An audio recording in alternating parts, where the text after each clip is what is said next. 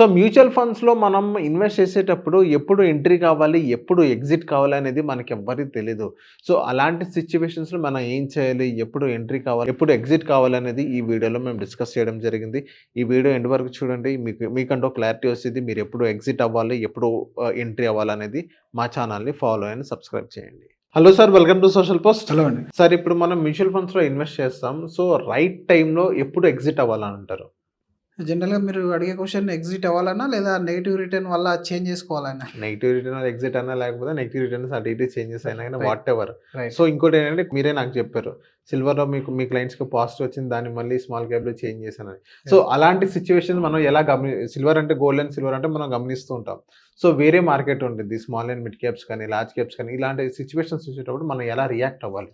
జనరల్‌గా మీరు మ్యూచువల్ ఫండ్‌లో ఎగ్జిట్ అవ్వాలన్నా, ఎంట్రీ అవ్వాలన్నా కొన్ని పారామీటర్ చెప్తాను. ఈ పారామీటర్‌లో చాలామంది ఏంటనంటే ఈరోజు ఆన్‌లైన్‌లో కూడా చాలా అవైలబుల్ ఉన్నాయి వీటిని. కానీ యాక్చువల్‌గా వాటిని చూసే పద్ధతి అనేది డిఫరెంట్‌గా ఉండాలి. ఇప్పుడు మ్యూచువల్ ఫండ్‌లో ఒక 4-5 పారామీటర్స్ ఉంటాయి. ఒక ఫండ్ మంచిదా కాదా అని చెప్పేసి చూసుకోవడానికి. అన్నిటికంటే ముఖ్యంగా ఆల్ఫా చూస్తారు. ఈ ఎక్స్ అనే ఫండ్ మేనేజర్ యొక్క ఆల్ఫా ఎంత? ఇప్పుడు ఈయన నిఫ్టీ 500 అనేది టీఆర్ఐని తనకి బెంచ్ మార్క్‌గా పెట్టుకున్నాడు. అంటే నిఫ్టీ 500 యొక్క రిటర్న్ ఎంత వస్తుందో ఆ రిటర్న్ మా ఫండ్ జనరేట్ చేస్తుంది. ఇప్పుడు నిఫ్టీ 500 కంటే తను 1%, 2% ఎక్కువ రిటర్న్ ఇచ్చాడంటే దాని అర్థం ఇప్పుడు నిఫ్టీ 12% రిటర్న్ ఇచ్చింది. నిఫ్టీ 500 ఈయన 15% రిటర్న్ జనరేట్ చేశాడు. Which is 3% alpha generated by fund manager. అయితే దీంతో పాటుగా ఇంకొక పారామీటర్ ఉంటుంది. ఇప్పుడు ఏంటి ఆల్ఫా ఈజీగా కనబడిపోతుంది మనకు. బీటా అంటారు. బీటా ఏంటనంటే తను తీసుకునే రిస్క్‌ని బట్టి. ఈ ఫండ్ ఎంత వొలటైల్ ఉంది అని మెజర్ చేస్తుందనమాట. ఈ ఫండ్ వొలటాలిటీ ఎంత అనేది.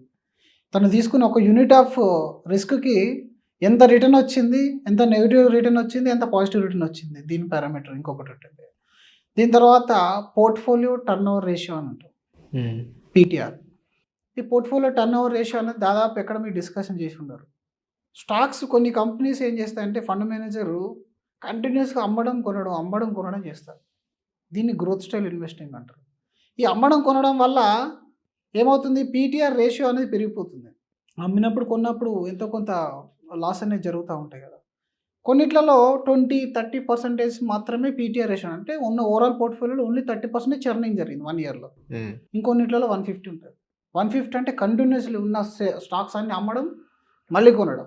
ఒక్కొక్కసారి ఇలా చేయడం వల్ల రిటర్న్ రావచ్చు, నెగెటివ్ రిటర్న్ కూడా రావచ్చు.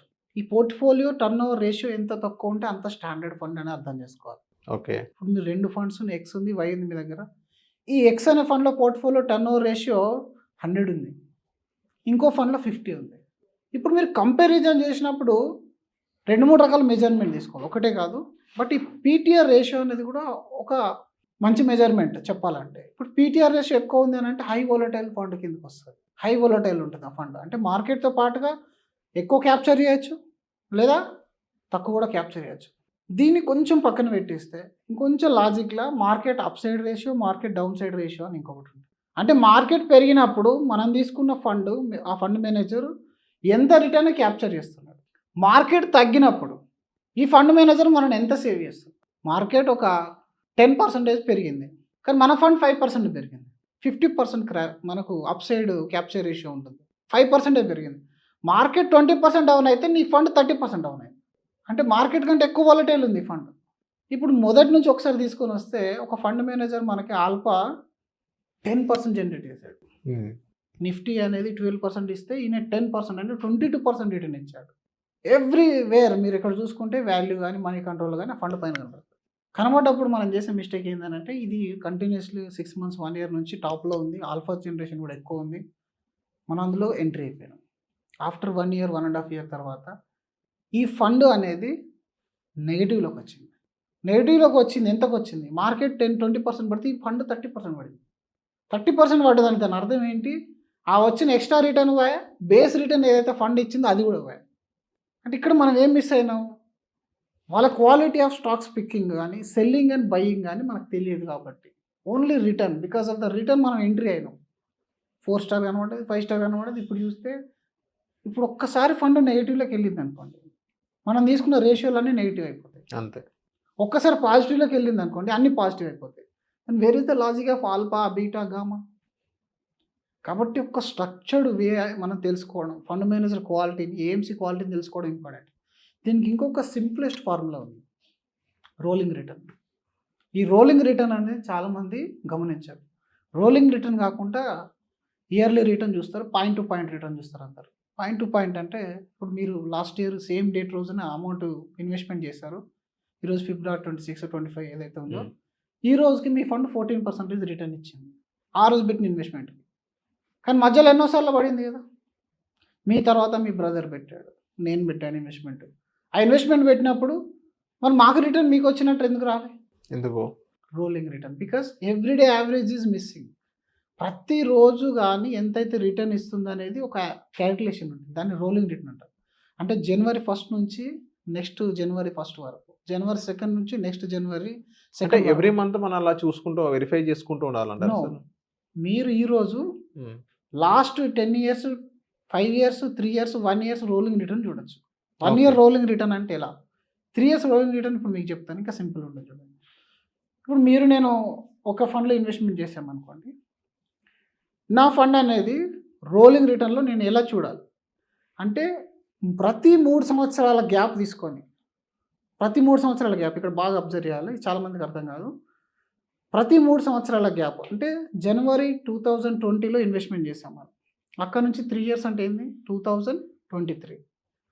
జనవరి 1 నుంచి 2020 జనవరి 1, 23 జనవరి 1 ఒక అబ్జర్వేషన్, జనవరి 2 మళ్ళీ జనవరి 2 23గా, ఇలా సంవత్సరంలో ఎన్ని రోజులు ఉన్నాయో అన్ని అబ్జర్వేషన్లు చేస్తారు. ఓకే. ఆ టూల్ అవైలబుల్ ఉంది. ఇలా అబ్జర్వేషన్ అప్పుడు ఎవ్రీడే యావరేజ్ ఎంత వచ్చింది అంటే 365 రోజులు ఇన్వెస్ట్మెంట్ చేస్తూనే ఉండే వాళ్ళకి వచ్చిన యావరేజ్ని రోలింగ్ రిటర్న్ అంటారు.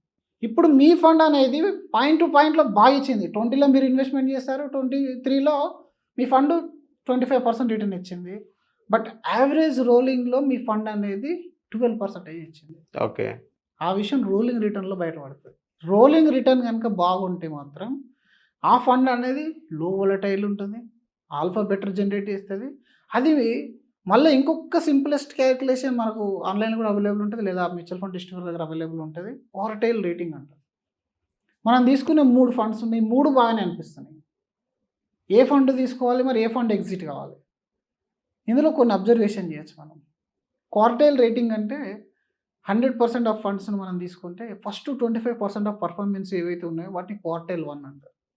సెకండ్ 25% ఆఫ్ ఫండ్ రేట్ ఏవైతే రిటర్న్ ఇచ్చాయో వాటిని క్వార్టైల్ 2 అంటారు. ఓకే. తర్వాత 3 and 4. ఇప్పుడు మీ ఫండ్ క్వార్టైల్ 1లో ఉంది, మీరు తీసుకున్నారు. సడన్లీ నెక్స్ట్ క్వార్టర్ అది క్వార్టర్ 4లోకి వచ్చింది, మళ్ళీ క్వార్టర్ 4 ఇలా ఉంది. మళ్ళీ నెక్స్ట్ క్వార్టర్లో 2, 3, 4, 5 ఇలా ఒక 5 సంవత్సరాల్లో దాదాపు మనకు 4 క్వార్టర్లు వస్తాయి కదా. ఈ 4 క్వార్టర్స్ అంటే 20 క్వార్టర్లలో ఇది ఎన్నిసార్లు Q1లో ఉంది, ఎన్నిసార్లు Q2లో ఉంది, ఎన్నిసార్లు Q3లో, ఎన్నిసార్లు Q4లో ఉంది. ఇప్పుడు Q1లో ఉంది అంటే అది టాప్ పర్ఫార్మరే, కానీ మళ్ళీ సడన్లీ Q4లోకి వస్తుంది. It is volatile fund. Okay. ఇట్లాంటివి మీరు అవాయిడ్ చేయాలి. ఎగ్జిట్ కావాలంటే ఎగ్జిట్ కావచ్చు. అదే క్వార్టర్ 2, క్వార్టర్ 3లోనే ఉంటుంది, లేదా 1, 2లోనే తిరుగుతుంది ఈ ఫండ్. యావరేజ్గా ఈ 20 అబ్జర్వేషన్లలో, ఈ 20 క్వార్టర్లలో మోర్ దెన్ 12 times, 13 times మీకు అది 1, 2లోనే ఉందంటే which is generating more alpha than others. అంటే ఆ ఫండ్లో మీరు ఉండే ప్రయత్నం అనేది చేయాలి. ఇంక ఇలాంటివి ఒక 15 ఉంటాయి అబ్జర్వేషన్స్. అవి ప్రతి అబ్జర్వేషన్ని మీరు చేయలేరు.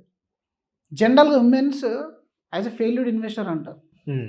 వారన్ బఫెట్ కానీ, ముర్రే కానీ వీళ్ళందరూ మాట్లాడేది ఏంటంటే psychology of humans, not human. Human is a failured investor. ఎందుకంటే ట్రెండ్స్ని బట్టి మారిపోతుంది మైండ్ సెట్. అలా మనకు ఈ ఫండ్ తీసుకున్నప్పుడు బాగుంది, మళ్ళీ డౌన్ కామని ఎగ్జిట్ అయిపోయింది, మళ్ళీ ఇంకో ఫండ్లోకి వెళ్ళి మరి అది వెళ్ళిపోయింది. ప్రాక్టికల్గా చేంజ్ అవుతూ ఉంటాయి. ఎందుకు చేంజ్ అవుతున్నాయి? ఇక్కడ ఏఎంసీ స్టైల్లో చేంజ్ ఉండొచ్చు. ఏఎంసీ ఇన్ని రోజులు గ్రోత్ స్టైల్ ఫాలో అయ్యి ఇప్పుడు వాల్యూకి వచ్చింది, పర్ఫార్మెన్స్ డౌన్ అవ్వచ్చు. లేదా ఫండ్ మేనేజర్ చేంజ్ వచ్చాడు, ఇప్పటిదాకా ఉన్న వాళ్ళు వాల్యూ స్టైల్, మీరు వాల్యూ స్టైల్ అనుకొని మీరు ఎంట్రీ అయ్యారు, ఆయన గ్రోత్ స్టైల్ ఇన్వెస్ట్మెంట్ చేస్తున్నాడు. అప్పుడు అది మళ్ళీ టాప్లోకి డౌన్లోకి రావడం. ప్రతి ఫండ్ని ఇలా మీ దగ్గర ఉన్న అన్ని ఇన్వెస్ట్మెంట్స్ని ఇలా చేయాలంటే కనీసం ఇయర్లీ ఒకసారి రివ్యూ చేయించుకోవాలి. ఆ రివ్యూలోనే ఈ పాయింట్స్ అన్నీ చెక్ చేయాలి. రోలింగ్ రిటర్న్ చూడాలి, ఆల్ఫా బీటా సార్టినో రేషియో చూడాలి, ఇంకా చాలా ఉంటాయి. ఇదే కాకుండా ఈ ఫండ్ పర్టికులర్ లాస్ట్ 12 monthsలో లేదా 3 yearsలో మోర్ దెన్ 12% రిటర్న్ ఎన్నిసార్లు ఇచ్చింది. మీరు తీసుకునే ఇప్పుడు రోలింగ్ రిటర్న్ అబ్జర్వేషన్ ఉంది కదా, దాదాపు 365 365 తీసుకోండి డైలీ అబ్జర్వేషన్. ఈ 365 రోజులలో మోర్ దెన్ 12% రిటర్న్ ఎన్నిసార్లు జనరేట్ చేసింది? 70% of time, 80% of time, 60% of time. ఒక ఫండ్ 12% ఎక్కువ రిటర్న్ మోర్ దెన్ 60-70 టైమ్స్లో చేస్తుందంటే which is going very good. ఇంకొకటి, ఈ ఫండ్ 8-12%, బిలో 8%. ఇలా రోలింగ్ రిటర్న్ని 3 భాగాలు చేస్తారు. ఆ 3 భాగాలు చేసినప్పుడు టాప్లో ఏదైతే ఉంటుందో దాన్ని సెట్ చేస్తారు. ఒక ఫండ్ మనం తీసుకున్న 4 క్వార్టర్లో కూడా మినిమం బెంచ్ మార్క్ అంటే నిఫ్టీ 500 200 పెట్టుకున్నారు కదా, దాన్ని కూడా క్రాస్ అవ్వట్లేదు. మార్కెట్ పడ్డప్పుడు అన్ని ఫండ్స్ కంటే ఎక్కువ పడుతుంది. మార్కెట్ పెరిగినప్పుడు నార్మల్ ఫండ్ల అలా కూడా పెరగట్లేదు. అండ్ మేనేజ్మెంట్ కూడా వీక్ ఉంది. రోలింగ్ రిటర్న్లో కూడా వీక్ వచ్చింది. అలాగే డౌన్ సైడ్ రేషియో అంటారు. ఇప్పుడు మన ఎస్డి అంటారు, స్టాండర్డ్ డీవియేషన్. హైయెస్ట్ పెరుగుతుంది కానీ హైయెస్ట్ డౌన్ అవుతుంది. ఎస్డి రేషియో ఎక్కువ ఉంది, స్టాండర్డ్ డీవియేషన్. ఇలా ఉన్నప్పుడు కంటిన్యూస్లీ మనం 1 ఇయర్ చూసిన తర్వాత కూడా ఇంకా ఫండ్ మూవ్మెంట్ నచ్చకపోతే అప్పుడు ఎగ్జిట్ కావాలి. అంతే తప్ప మన వాళ్ళు చేసే 6 రోజులకు 7 రోజులకు 1 ఇయర్ 6 మంత్స్కి ఇలా చేస్తారంటే ఒక గ్రేటెస్ట్ ఫండ్ మేనేజర్ కూడా ఒక్కొక్కసారి టఫ్ టైం వస్తుంది. వాళ్ళు తీసుకున్న కాల్స్ ఫెయిల్ అవుతాయి.